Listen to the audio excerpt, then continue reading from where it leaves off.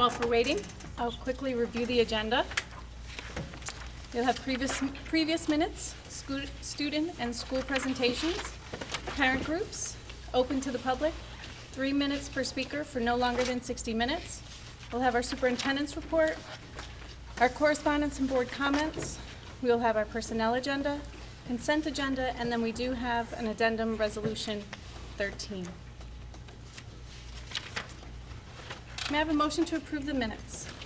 Motion to approve the minutes of the previous regular meeting held on Monday, October 28th, 2013. Second? Comments or questions? All those in favor? Aye. Opposed? Motion carried. Pen. Do we have any student or school presentations tonight? Thank you. Yes. Hello, Dr. Severding. Good evening, everyone. Good evening.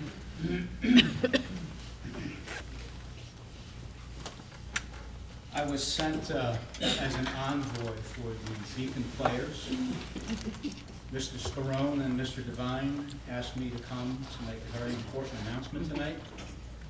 I want to thank Ms. Condello, my flying carpet. Turn it Is that on? Loud enough. The flat roof was spectacular for my flying carpet. Had no trouble parking here tonight at all. So I want to remind you that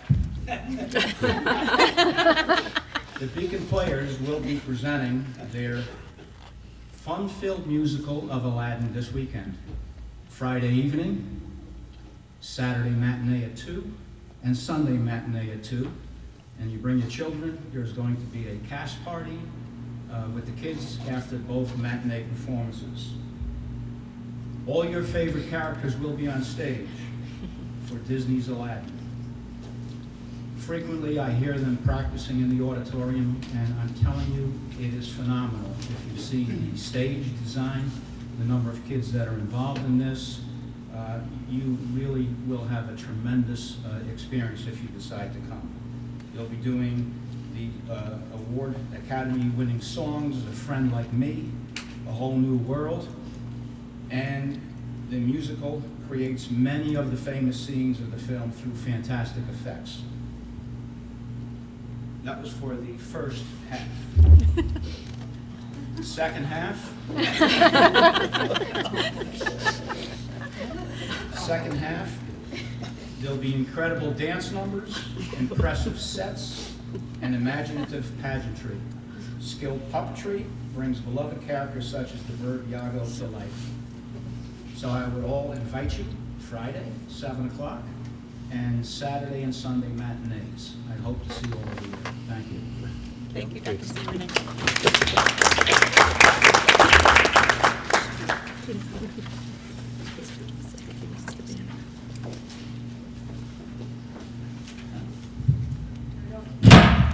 See me over this. I too have two hats. I'm here tonight as the National Honor Society co-advisor. This Friday ends our 2-month-long food drive, which we've been conducting at the high school. And everybody who participated, and thank you very much. To end it, this Thursday at 4:30 in the Beacon High School cafeteria, we'll be showing Monsters, Inc. Admission for the program will be 2 non-perishable food items per person. So we hope that a lot of the elementary schools will attend, and we hope that the board will be able to attend.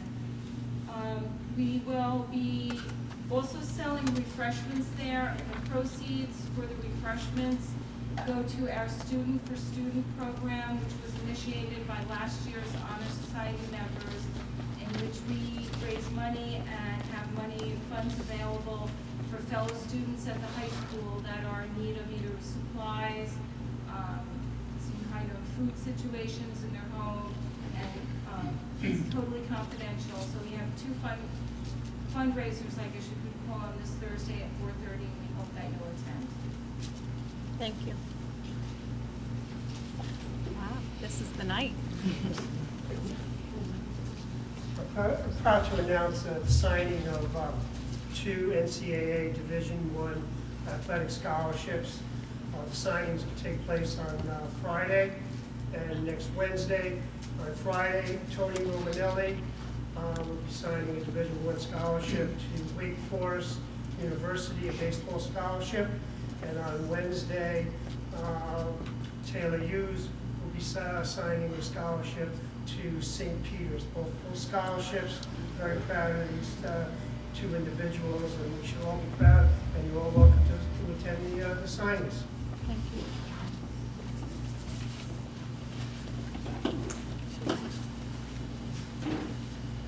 Good evening, board members, Dr. Dorward, and Beacon administrators. My name is Linda Murray Rodriguez. I am the Beacon Teaching Assistants Union President. I'm here to tell you that back in 2007, the state of New York signed into law a bill that states the third Tuesday in November is School-Related Professional Day, or SRP Day. Your teaching assistants are part of the SRP group. And for the last 6 years, we've quietly celebrated this day. But this year, I'm asking the board and the Beacon administrators to recognize these dedicated men and women. Many of you may or may not know just what a teaching assistant does, but we collaborate with the teachers and we tend to the academic, behavioral, and emotional development in the therapeutic classes, the step rooms, the assisted daily living classes, self-contained classes, and the inclusion classes. We work here, we live here, and we stay here in the district. We are the constant in the lives of so many of these children. Today's TA is involved in many after-school clubs and activities, some tutor, some coach, in many of the school sports. Many volunteer in scouting, in the town activities, in their local churches, theaters, and their fire department. The TAs have always dedicated their lives to serving the children and making sure that everything with them and in their lives is going well. In the wintertime, they see that many of the children don't have hats and socks, so we have mitten drives and hat drives for the kids to make sure that they're not cold. As Mrs. Cohen just said, we had National Honor. She helped with that. She's one of our TAs. They had a food drive. After Hurricane Sandy, we had a toy drive where we got the whole district involved, and the Beacon School District collected over 500 toys for the children that were affected by Sandy, so that they would have a good Christmas. The TAs are the silent heroes of the school district, and it's time for them to be recognized for their dedication and loyalty to the children of Beacon. You are now going to be receiving buttons that I ask you to wear next Tuesday, November 19th, as a sign of support and recognition for the teaching assistants in the Beacon district. And if someone asks you what's a TA, just say they are the eyes and ears of our great public school system. Thank you. Thank you.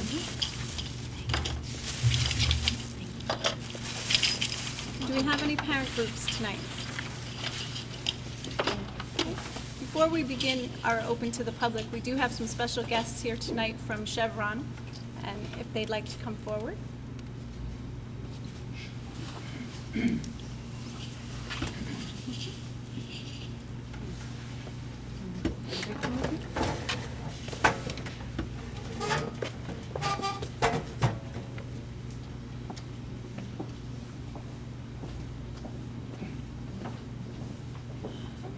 How you doing?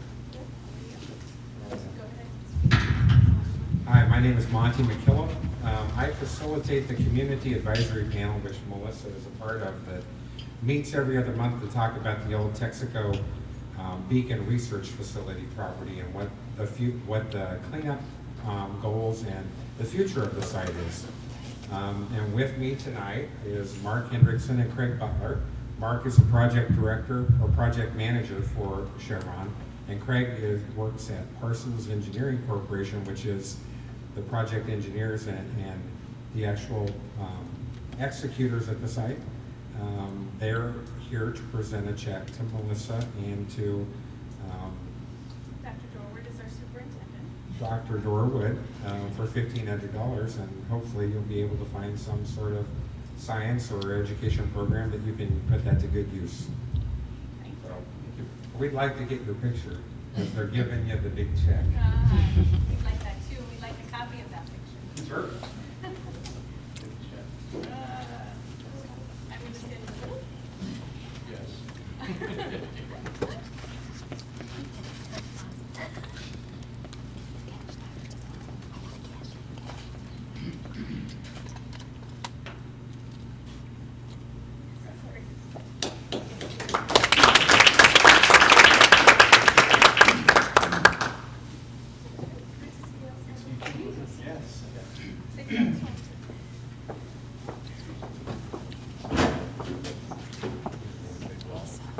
Should I just have you sign this and date it? Then you won't have to follow up with any paperwork. Take it with me.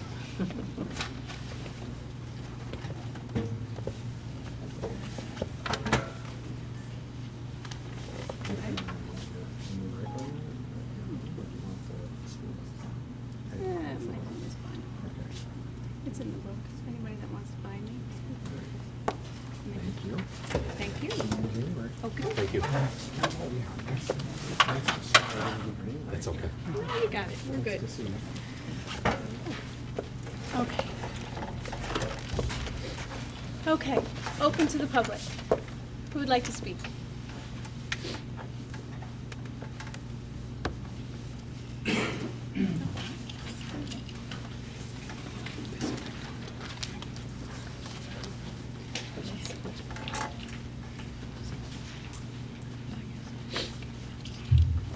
Good evening, James Clark, member of the community, grandparent.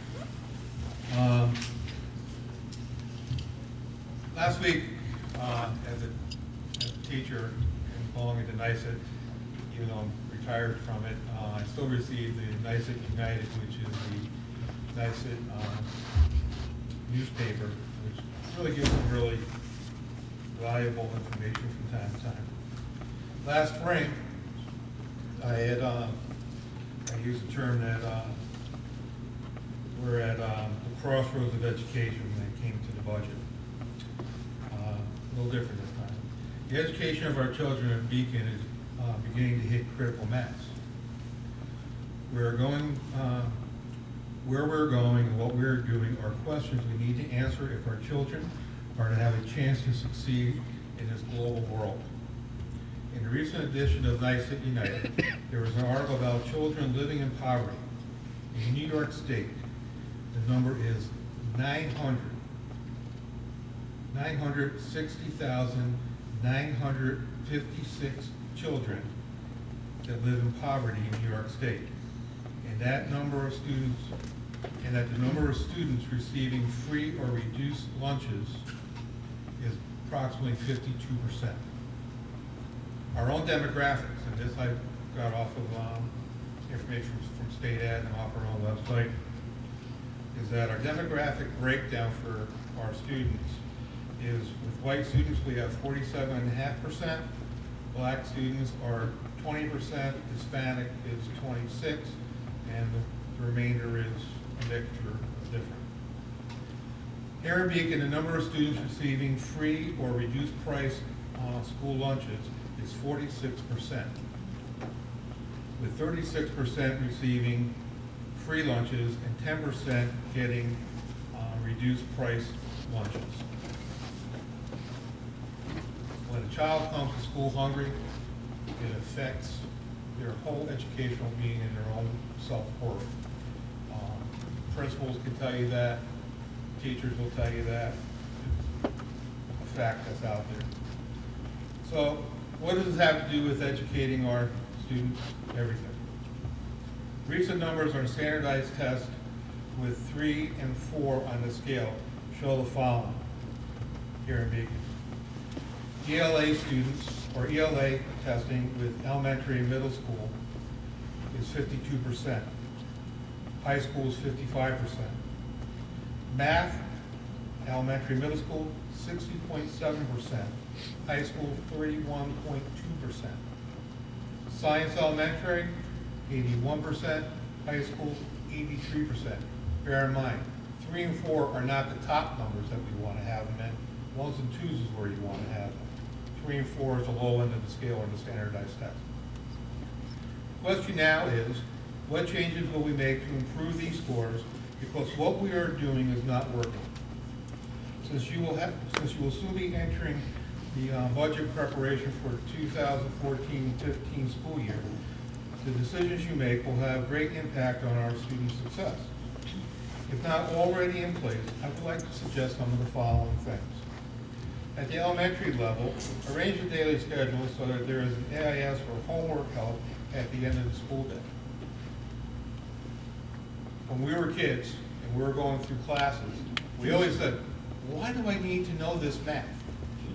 I figured out what the answer is when my granddaughters come to our house on Tuesdays. I have to help my third grader with algebra and say, I need to remember how to do that stuff to help them with their homework. At the middle school, you need to go back to, perhaps we need to go back to a 9-period day. And there was language already in the BTA contract to allow that to happen. The 9th period can be used for AIS, homework help, or club time if the student does not need the first two. At the high school, develop AIS subject classes. For example, if the student does not pass a Regents exam, such as English or algebra, the student will be scheduled for an AIS class in that subject area. If they pass the exam in January, they can take a half-credit elective. If they do not pass out, they remain in the class until the end of the year. If there are study halls at the high school, make them academic. If the student is failing 2 or more classes. They can also be done during their students' lunch periods, where they spend the first half of their lunch in academic study hall before they go to lunch. Make it easier for parents to partner with teachers by having teachers put their grades online with parent portals. A program such as School Tools, which is something I'm familiar with, administered by the Hudson Valley Rec at Ulster BOCES, might be one to look at. It's web-based, teachers could do their grades and such from home. It also takes care of attendance, and through a parent portal, parents could go in and check out their child's success in terms of if assignments are being turned in on time, what they're getting on tests and whatever. Better use of professional development funds by the district. Training teachers as the one for SLOs just approved by the board at the last meeting should be done during the summertime so that superintendent's days can be used to train other staff members. We all know educationally that it's better when the teacher's in the classroom than when they're taken out of the classroom. Also, by using that money for that development during the summertime, you're able to gain much more knowledge and in-depth training. Develop professional learning communities, such as the one outlined by the ASCD for bi-monthly coordination of curriculum among departments and subjects. Since there was plenty of time to address the core curriculum, because we knew this was coming down the road 4 years ago, and some of it had already been developed, why weren't the teachers trained over the past few years during the summertime or during school? This is no reflection on the current administration. Work with the BTA and building administrators about the clubs in the schools to see which ones are attendant and which ones can be rolled into something to help those students that need the help. There's a lot of, my understanding is that there are a lot of clubs that where there may not be high attendance or where those positions aren't filled. That money could actually go to something academic for the kids. Finally, 2 things come to question. Since there was, again, core curriculum, why weren't teachers trained over the past few years? What can be done to help the parents understand it? The second thing is we need to seriously look at safety in schools. Recent events dictate that we need to address this with a firm hand and not just say yes to the public. I know we've had a presenter, person from the public come here time and time again, talk about safety in schools, and he's kind of laughed at. And that's unfortunate. Well, recently when there's a box knife or cutter or whatever found in Forestville School, that's a serious situation. The question dictates, why weren't the police called? We need to deal with these things on much more in an affirmative way than trying to just let those parents know and not bringing in outside authority. Sometimes you really need to shock the kids and the parents for their actions. finally, I would like to ask Dr. Dorwood, where are we with the APPR and notification to parents? That's been on the website for 3 weeks, 4 weeks, I think. I don't know the exact date. The Okay. procedure to be followed for accessing the scores. Okay, have you put anything in the papers or sent home newsletters in the schools to the parents so that they're aware of this? Or are you just relying on the website to get that message out? But at the present time, we have it on the website. I suggest that you get it out in a more affirmative way so that parents actually know what's going on. Not all parents go to the website for that, you know, because they don't know that it's there. No one knows that it's there unless they happen to go over it and look. So you're saying that the APPR is now settled and in place for the teachers and that we know what to look for? Well, APPR settled, meaning, Well, you have a new you had a new APPR. yeah, those are two, that's why I asked that question. They're two different issues. So the question of the release of the scores to parents or guardians, that process is laid out on the website. That's separate from what's happening with the APPR plan. Okay, and the APPR for this year, where are we with that? It's, well, I was going to talk about it later, but I guess I can talk about it now. We have reached agreement with both of the units and have submitted a plan to the state. The process now is that you have to go back and forth with the state and wait for them to give you final approval. But you know, part of what I was going to talk about in my superintendent's comment is that we have reached that point, and I think you know, thanks goes out to Kim Atwell and Eric Romanino and other teachers and administrators who were involved in that process.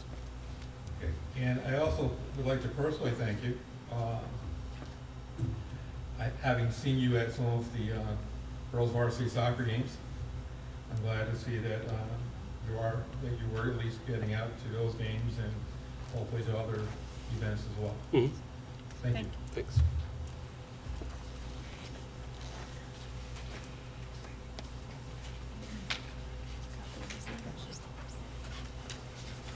Would anyone else like to speak? Okay, can you come forward?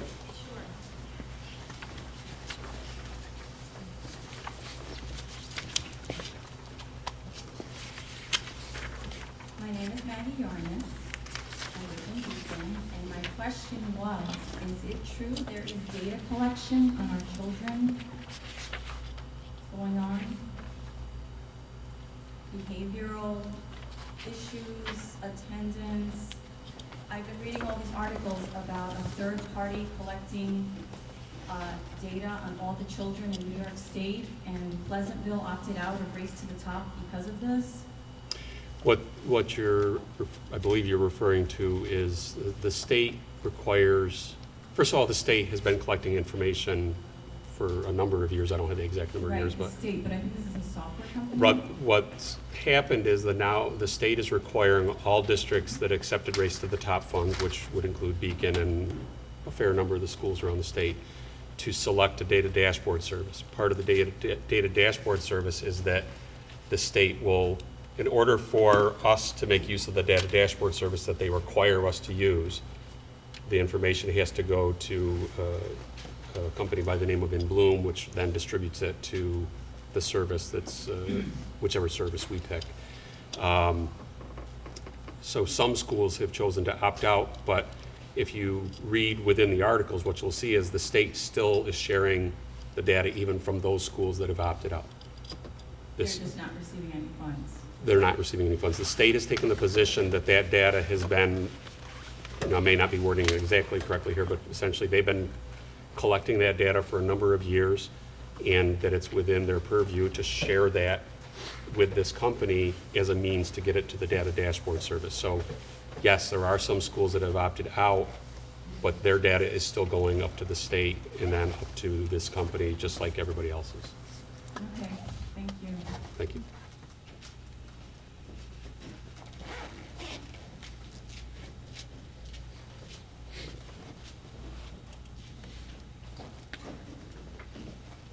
Hi, my name is Amy Brower. I'm wondering, can individual parents opt out of the data collection? if you go into the state ed website, there's actually, I think, probably in part because of the amount of media attention that's been out there in the last month or so about this issue. There's a series of Q&A documents, and they will say in there that there's no means for individual parents to opt out. So it's, and actually we had saw further clarification. It's still the state's opinion that this is their data to use in that capacity, and they don't give us a means for individual parents to not have their data be part of that population. And what about opting out of the standardized testing? For individuals, Yeah. it's still the same idea. They don't really give us an official means for that to happen.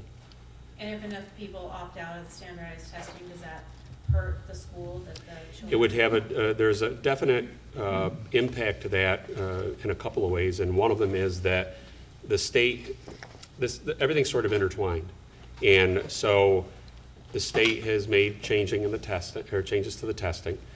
They have now also, in various ways, linked the testing to teacher performance through the APPR process. So for sure, if individual students weren't participating, that would have an impact on the APPR process, and then therefore on the teachers and the administrators. And then I think probably the other way it would have the most significant impact is, as you may know, because of academic performance issues, we are a focus district, and in particular we have two buildings, the high school and the middle school, that are focus schools. The state does not take the opinion that a child not taking that test doesn't count. It would definitely count against us if we had students not taking the assessments relative to our ultimately getting off of those lists. And if a certain amount of students opted out, is there a percentage that has to not actually participate in taking the test for it to be detrimental against the school or the district? Is it against each individual school, or does it count against the district as a whole? I think probably the best way to answer that is the state sort of groups that data in a bunch of different ways. Any time an individual student has opted out, whatever their score would have been, high or low, wherever it falls, would not be counted in that mix. And so it's kind of difficult to predict if there's a certain percentage, but I think I'm safe in saying that it doesn't take too many students before you can start to sway things, certainly on an individual teacher basis, or in some cases, another way to put it is, let's say that we were successful in getting close to being on the threshold and getting out of the focus identification. It wouldn't take too many to potentially sway it either way, but it does have an impact for sure.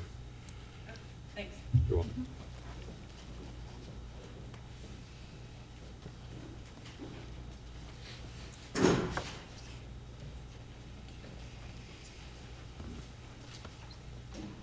Good evening, Kenya Gadsden. I just wanted to ask, I'm really happy that the board had adopted the plans that address the Focus One status at the middle school and at the high school. I reviewed that on the website. And I wanted to know if there was a plan outlining the steps that would see the plan to the end. So like, what's the next step? Where are we going from there now that the plans have been adopted? So in the respective buildings, or if people have responsibilities at the district level, although if you read the plans, there was more happening in the buildings, they are expected to implement that. So you would have seen it reflected in the strategic plan, but also now the administrators are meeting with me and having to report out to me how they're going to make it happen. Okay, so because I did see that the plan does outline a strategic plan, but in terms of all these plans, like, you really want to know what's happening in the buildings, and if that is happening, because then whatever you're doing is it working or it's not working. Right. My second question was on the parent communicator position. Are we anywhere with that? Is there any advertisement anywhere to try to get that position filled and with the responsibilities of that role?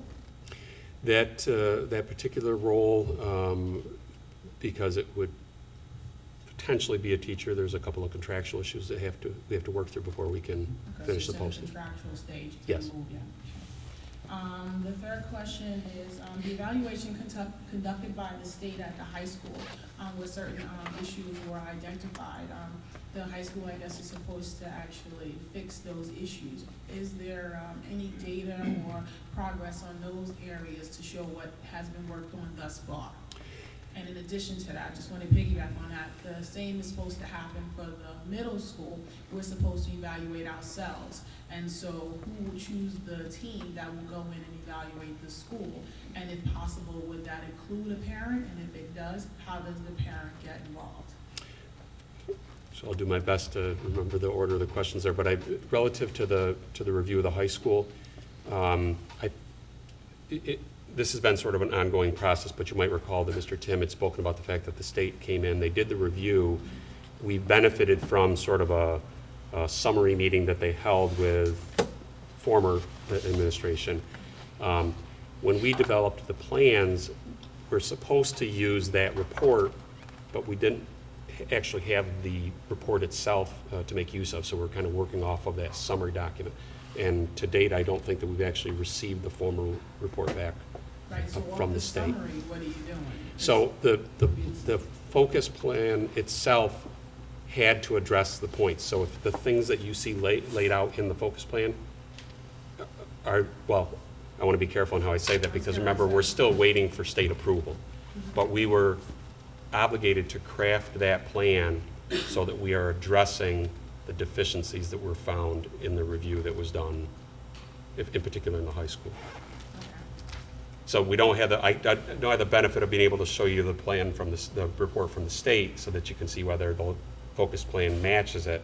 Right, because you're really not able to compare it to anything. You're looking at what your plan actually says, and then you're going based off of your plan. And No, so we're going off of there was a review. the summary. The summary. The summary is something that I can't view. I actually view what is in your plan to address whatever issues. Mhm. And like I had stated in previous meetings, is that when I take a look at some of the issues that have been outlined, like the disproportionality in certain areas, we're addressing them, but there's some areas that aren't really being addressed. So I'm just trying to figure out what I'm comparing to. Comparison gives you, there's several things when you're doing a comparison. I would agree in the sense that, logically speaking, it would be best if the state's requiring us to develop the plan in response to the review, that if we actually had the review. Unfortunately, we don't have the review yet. We're still waiting. But just like the Focus One plan that you came up with, right? The Focus One is addressing areas of concern that has been outlined in the district, right? And as it relates to the middle school and the high school. Mhm. So you looked at those areas, you developed a plan to address those issues. We now have that plan, right? So we're acting on the plan that we have, even though the state is still delayed on giving us a response. So these two issues, although different, have the same scenarios. So even without the real plan from the state, we still have a summary that we need to act on. So if I don't have access to that summary, and I only have access to the plan that you have outlined, I have nothing to compare. So as the months continue to grow, I'm still sitting here saying that I see this great plan, and I said the plan looks fabulous to me. However, I have nothing to compare it to, so I'm still where I started. I'm just with a plan that you have. Mhm. But it doesn't tell me if you're actually meeting. So then when I look back and I look at other data, I see that there are areas that have been outlined that aren't really addressed there. It's like a superficial thing. Like we touch the surface, but we don't really get to the core of the problem. And that seems to be a systemic thing in this district where we touch the surface, but we don't get to the core. And if we don't start getting to the core problems, then we will not be able to move forward. So if I'm understanding you, you're wanting to see the plan? I just don't want to see that. I just want to see where you're at with that and where we're going. Like, I know you can't produce something that you don't really have. So I'm still stuck where I'm at. We don't have a plan. We just have your plan, but we don't have we don't have anything to compare it to, right? Mhm. Is that what you're saying? We do not have the state's plan yet, no. Or Okay. review. But we're still moving forward based on what we have. Yes. And then later on, sometime soon, whenever the state answers us, we'll have something eventually to compare it to see if we're actually. Well, not only that, but you might recall, we made the decision to move ahead with the approval of the plan, even understanding that we didn't have the state's formal review. I wouldn't be entirely surprised if there might not be some things in the state's review that then say you've got to modify the plan. in this way or that way. So the board understood when they approved the plans that we more than Right, likely they are still going to wanna have to move come forward, back. right, they wanna be Yes. proactive instead of reactive, Right. so I totally agree with that.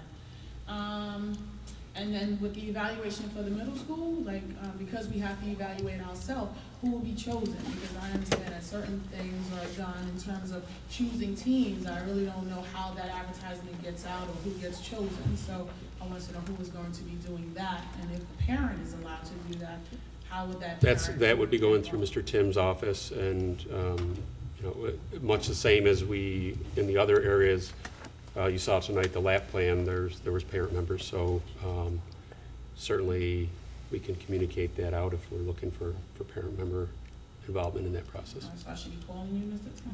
He may actually already have gotten the message, but I'm not sure. Not for me, can you? He just told him. No, I said before, I'm letting them know. I ain't calling before this. And then my last question is, there are other schools, there are private sectors that want to know how to gain access to the Common Core curriculum that we have, but they're not really, I guess, held to that same standard. So is there any knowledge on that? That's not really.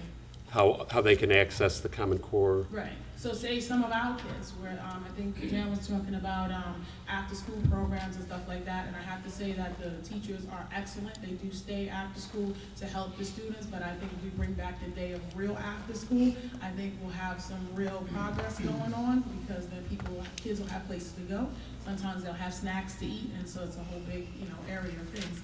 But I guess the private schools don't have to do Common Core at this juncture, and so some of our students actually go into their programs, and so they want to know, how do they gain access to the curriculum? Is it through the state, or? I think probably most, if not all, of the materials that we are making use of, parents and others can access through Engage New York.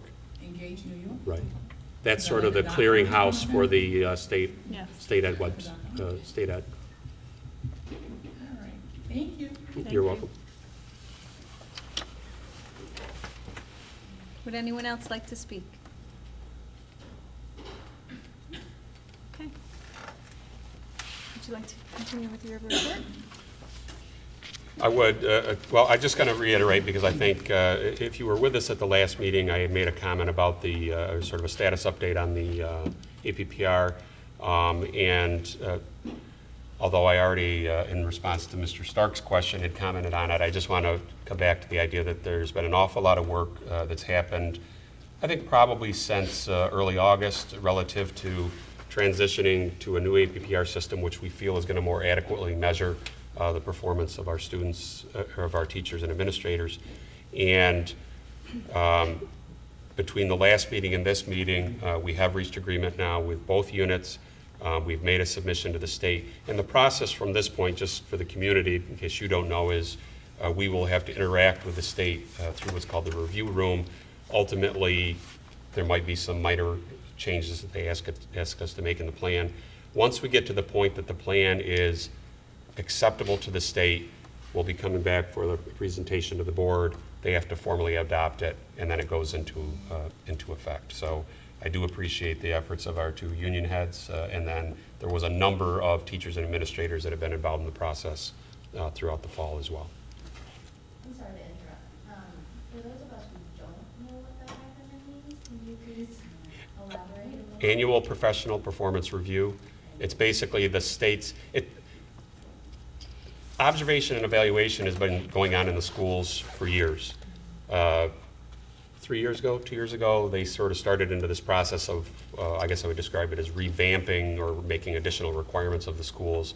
So we typically refer to it as the APPR, and I know one of the golden rules is we're supposed to avoid using those shorthand ways of referring to things, but that's what it is. It's the observation evaluation system for the administrators and teachers. You're welcome. Thank you. Do we have any board comments tonight? Yeah, I have a couple.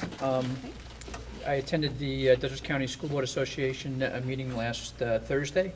The main topic on the agenda was back in the springtime, the Dutchess County School Board Association had sent a letter to DHIC, which is the Dutchess County Health Insurance Consortium. Most of the districts in the county, not Beacon, but most of them are members of that, and that's where they get their health insurance, and there was concern, since that's the vehicle that most districts in the county use to get the health insurance, you know, like all of us, they were concerned about the increase in the cost of health insurance, and so they had, the School Board Association had sent a letter to them asking for responses on certain questions. So the last meeting, last week, 3 representatives came from DHEC to address those questions. I thought they were very forthcoming, and their answers were reasonable, and they presented themselves as being one of the lower cost providers compared to other insurance companies. So that was pretty much the gist of that meeting. I did miss the last meeting due to work. I did see that our auditors gave glowing reviews of the business office, so I just wanted to congratulate Anne Marie and her staff on that. We get the same glowing review year after year after year, so after a while you become a little blasé about it and just assume that's just the way it always is. But as our auditor points out, you know, he really does enjoy his time here. He gets a lot of cooperation from Anne Marie and the staff, and he also feels that our office is extremely well run, and so you know, I don't want to become blasé about that. I know it takes a lot of hard work to do that, so you know, congratulations to Anne Marie and her staff on that. Finally, Dr. Stevening, you look like a Shriner, or the amazing Karnak, depending on which hat you put on. That's it for me. Thank you. I would like to thank the Glenham school community for welcoming the board tonight, and thank you, Mrs. Condello and Mr. Mulhern, for the comprehensive review that you provided to us on the plan for Glenham School. Anyone else? May I have a motion to approve the personnel agenda? Motion to approve the personnel agenda, items A through I as attached. Second? Comments or questions? All those in favor? Aye. Opposed? Motion carried. May I have a motion to approve the consent agenda? Motion to approve the consent agenda, items 12.02 through 12.12. Second. Comments or questions? All those in favor? Aye. Opposed? Motion carried. May I have a motion to approve the addendum? Motion to approve resolution for tax judgment 111213F. Second? Comments or questions? All those in favor? Aye. Opposed? Motion carried. We will not be using the second executive session. May I have a motion to adjourn the meeting? Motion to adjourn the meeting. Second. Comments or questions?